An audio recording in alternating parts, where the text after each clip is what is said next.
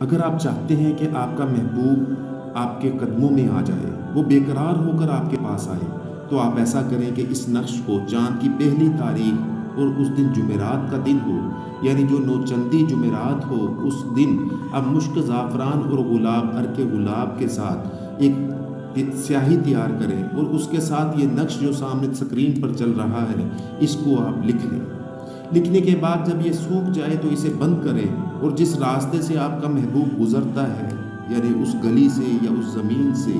تو اس زمین یا اس راستے میں وہ دفن کر دیں۔